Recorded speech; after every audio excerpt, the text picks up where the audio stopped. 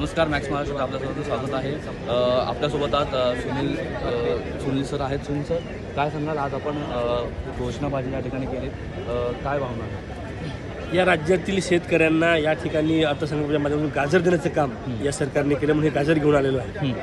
आणि भात, नागली, वरई, कापूस, सोयाबीन, कांदा या उत्पादनांना योग्य तो भाव मिळावा ही आमची मागणी आहे.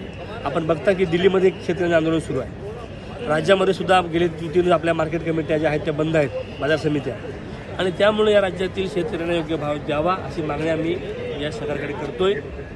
अपेक्षा करू सरकार हे पूर्ण करेल. एकंदरीत ह्या अर्थसंकल्प अधिवेशनाकडून तुमच्या जिल्ह्याला किंवा या अर्थसंकल्पामधून आपल्याला काय मिळालं? झिरो, काही मिळालेलं नाही. गाजर फक्त मिळालेलं आहे आम्हाला. या सगळ्यामधून आमच्या जिल्ह्याला असेल किंवा राज्याला असेल काहीही देण्याचं काम या सरकारने केलं नाही. आणि अतिशय निराशाजनक असं संकल्प त्या निमित्ताने या सरकारने केलेलं आहे. मनोज जरांगे यांनी माफी मागितली आहे. त्यांचे यासाठी चौकशी करा असे आदेश देण्यात. जरांगे पाटलांसारखा सर्वसामान्य माणसावर यासाठी लावणं हे सरकार करतं किती दुर्दैवी आहे. आणि म्हणून या सरकारचा निषेध करावा तेवढा कमी आहे असं मला वाटतं.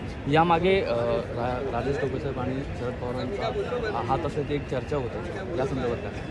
मुख्य मुद्द्यांना बगल देऊन अशा प्रकारचे आरोप करण्याचं काम सरकार करतंय आणि कुणाचं खबर फोडायचं म्हणून करतं. आता टोपे साहेब तिथले आमदार आहे. पवार साहेबांचं नाव घेण्याचा काही प्रश्नच येत नाही, परंतु विनाकारण काहीतरी आरोपाची आरोप उठवायची आणि मुख्य मुद्द्यांना बगल द्यायची हे काम मागच्या 2 वर्षांमध्ये या सरकारने सुरू केलेलं आहे. मुख्य मुद्द्यांना बगल द्यायची असं काम हे सरकार सर्वसामान्य या सरकारने केलं आहे अशी प्रतिक्रिया जी आहे ते सुनील सरांनी दिली आहे. मॅक्स महाराष्ट्र.